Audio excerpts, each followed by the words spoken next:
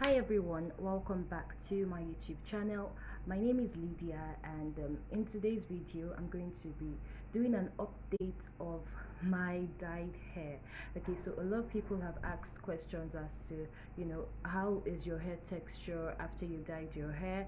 How is are my coils still intact? And is my hair breaking? All of that will be answered in this video. So before we go into this video, make sure to hit that subscribe button, turn on post notifications, and be sure to give this video a thumbs up. I'd really love that.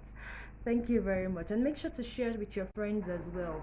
Share with your friends, and yeah, so let's get right into this video. Hey. If you want to see the tutorial or the video where I dyed my hair, I'll link it in the cards so that you can check it out. All right, so my hair was dyed right about 9 months ago, right about exactly 9 months ago, and I did make use of two box dyes from Cream of Nature. Lightest blonde, I believe, and honey blonde was what I mixed to get this color.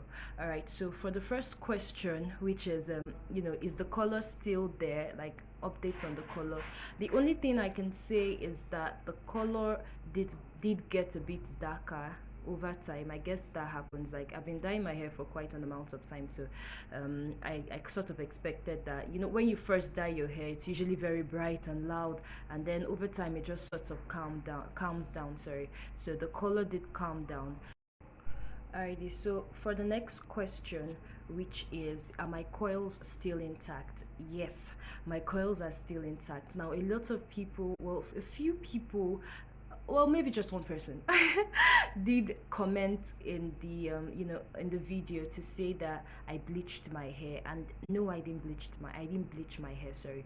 I have actually bleached my hair before once, and I had to cut it all off to start again, and that was because I texturized it and then I bleached it, and it was just horrible. So no, I didn't bleach my hair, and yes, my coils are still intact. If I pour water on my hair, if I spray some water on my hair, it will go back, it would shrink, it would get back, I could go back to its natural coils. And this right here is the coils from a twist out that I did. I carried the twist out for about 2 weeks before I did this.